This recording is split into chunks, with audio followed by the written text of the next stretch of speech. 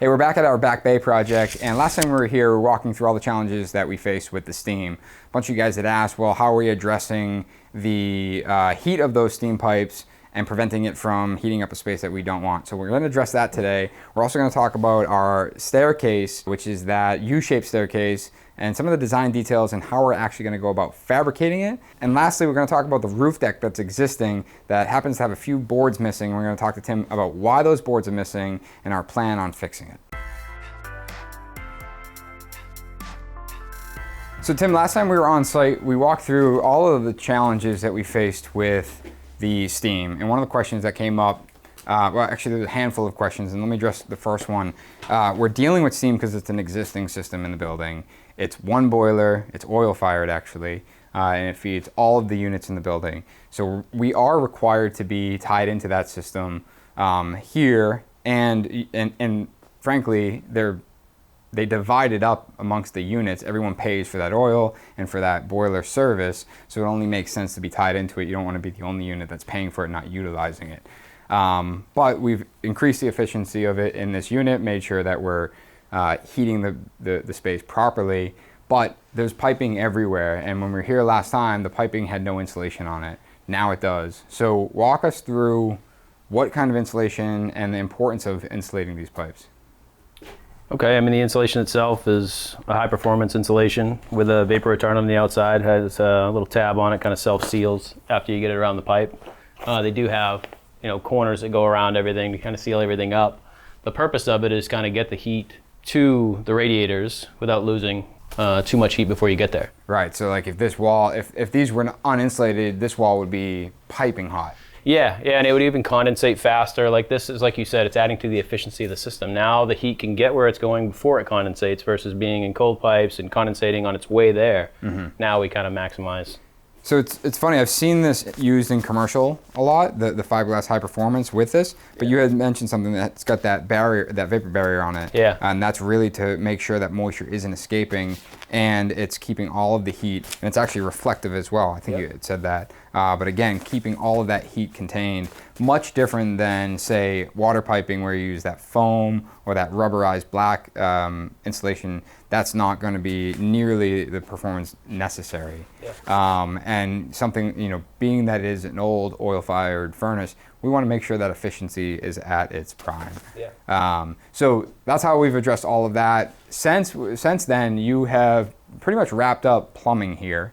And now electricians are on site. Yep. So as far as electrical, what are we doing from an electrical scope of work in this project? Similar to everything else, we've ripped it down to bare bones. Mm-hmm. We're redoing the panel. The only thing that's going to exist inside this unit is the feed that came from the building side.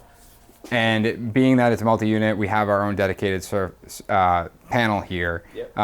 But I think we're actually having to upgrade the building, is that right? We were having to upgrade the building. And what was the driving factor for that? Everything that we're going to do in here versus splitting 200 amps for the entire building, mm-hmm. where we're going to have a 200 amp panel inside this unit. Mm-hmm. So we had to fit inside, I guess, the constraints of what was already supplied to the building, which wasn't enough to do everything we needed to do in this unit, plus trying to anticipate what everybody else was using or was going to use. Sure. So upgrading the service from the street allowed us to kind of build for the future. Exactly. And then some of the things that we're going to be taking advantage of, they have a 4-car garage in this building, and we're going to prep for a potential electric car charging, primarily, like you said, planning for the future. Yeah. The other big thing is the staircase. We talked about the hole last time as far as the hole in preparation for the staircase. We talked about the cantilever framing here, which essentially kind of flies over the lower section, but where you're standing is that first step up into this U-shaped staircase. Why do we have a template on the floor? So we knew exactly what we were building to. So the process trying to figure out, because this staircase is getting built off site. So we have to be able to build here the same thing he's building there, which might sound really easy, but from a construction standpoint, kind of nerve-wracking to build a finished space and expect someone else's finished product to fit into it perfectly. So before the staircase shows up, what is this section of wall and what is this going to look like? Where are we going to be at in the construction phase? Hopefully it's plastered as much as we can. The stair company we're using is going to give us like a sub-skirt So it's going to be, say the skirt's 14 inches tall. So is this we're going to have a smaller one. These plates, did you guys cut them on site? We didn't. They were actually provided. They fit this template perfectly. So he fabricated the plates. He gave us a template, and he's offset from the plate to this first line 5/8 of an inch? 3/4. This one shows 5/8, and that's why this model is really helpful, is because bringing it out here gives us an opportunity to fit the staircase in the hole and then make modifications that are quick and easy for him. It's just on his computer back at the shop, and nothing's been built yet. This is the time. This is the staircase. See how it fits. So right now it's showing 5/8, but we made the decision to be 3/4, probably due to the plasterer's feedback saying, hey, we got to screed this wall. Yeah. It's going to be a lot of buildup. Let's plan for 3/4. It's easier to add than it is to subtract. Yeah, we got all the trades involved when it came to that conversation. So what is the purpose of the sub-tread? It's actually going to... the sub skirt. Skirt? It's called a sub skirt. Yeah, sub skirt. Because I guess the skirt is the stringer, but that's going to be a little bit smaller than the skirt itself. And it's going to run along where the staircase goes. And it's going to give the plaster subcontractor someplace to screed to. So he's actually going to screed to that perfectly flat. Right. And that will also mimic down below, same thing. Yeah. So now he has a reference point. Yeah. So when this stair comes in, he's able to place this in place, and he knows that those walls are true where they need to be. Yep. Now, you say it's being built off-site. Is this being built in one piece? So as few pieces as possible. I think we're probably going to build it in 3 pieces. 3 pieces.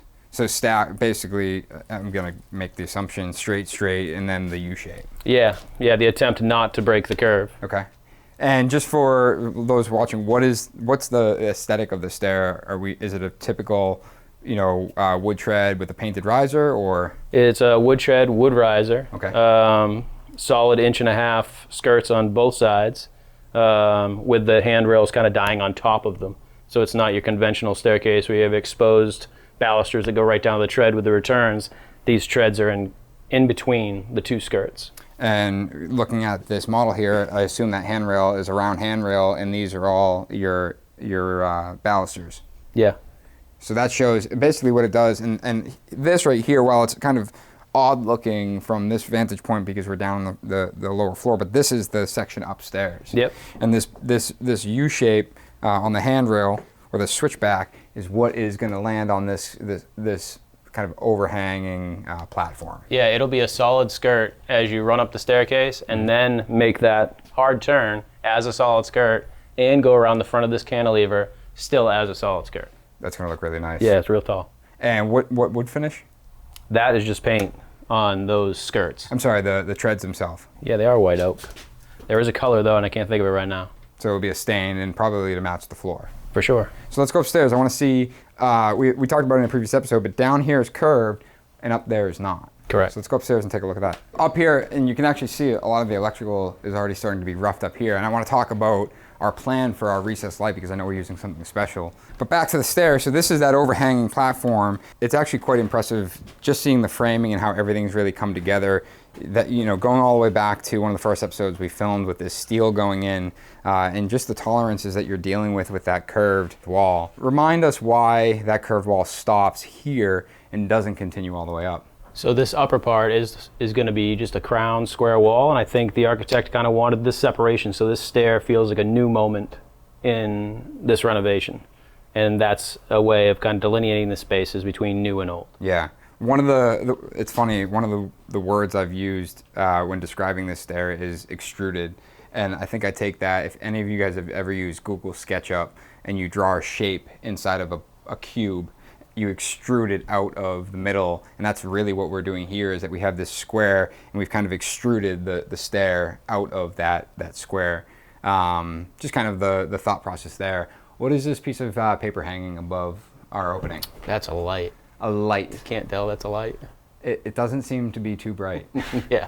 No, that is going to be the light that's going to go in the staircase. So we thought it helpful to have a model here basically on place for the client to review and see how high it was, and kind of envision what it looks like going down these stairs with that big light there. So Karen Howe is the interior designer on this project, and she chose this amazing globe fixture.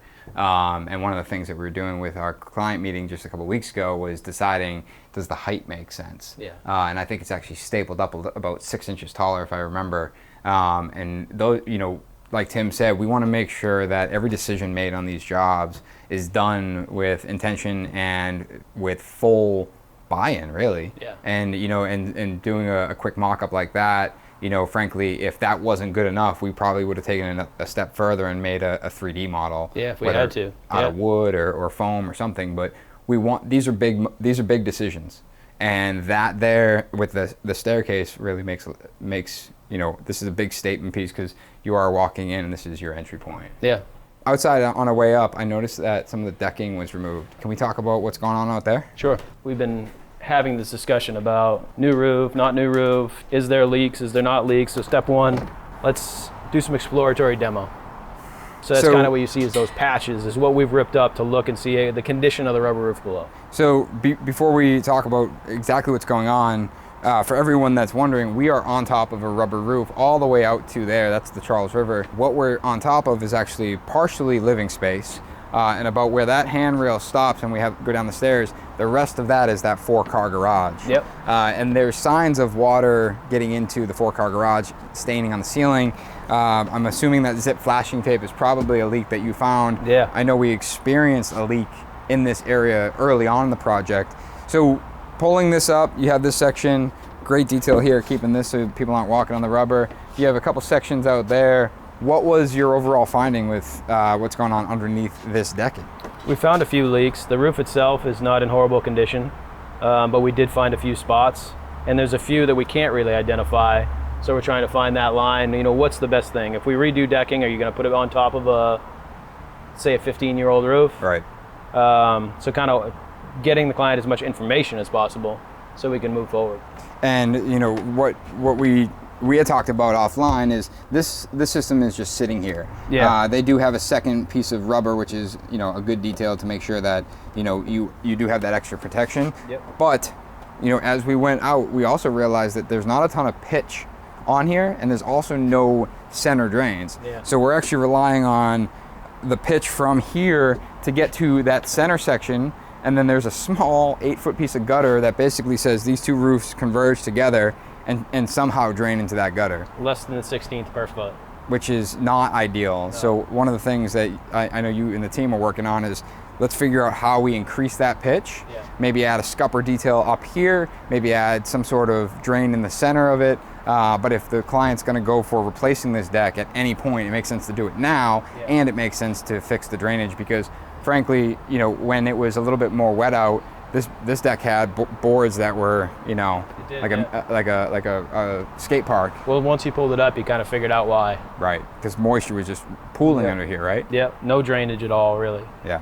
So that's good. Our goal here is to, like Tim said, give the client as much information as possible so they can make an educated decision. And we want to, even when we run into scenarios like this, it's not so much about scope creep or adding cost, but we want to make sure that what we're doing has longevity, even if it was something that was here prior. Let's make sure we understand our options, communicate our options, and ultimately let the client make the decision as to whether or not they feel like the investment is worth it. Guys, thanks for tuning in. We'll see you guys next week.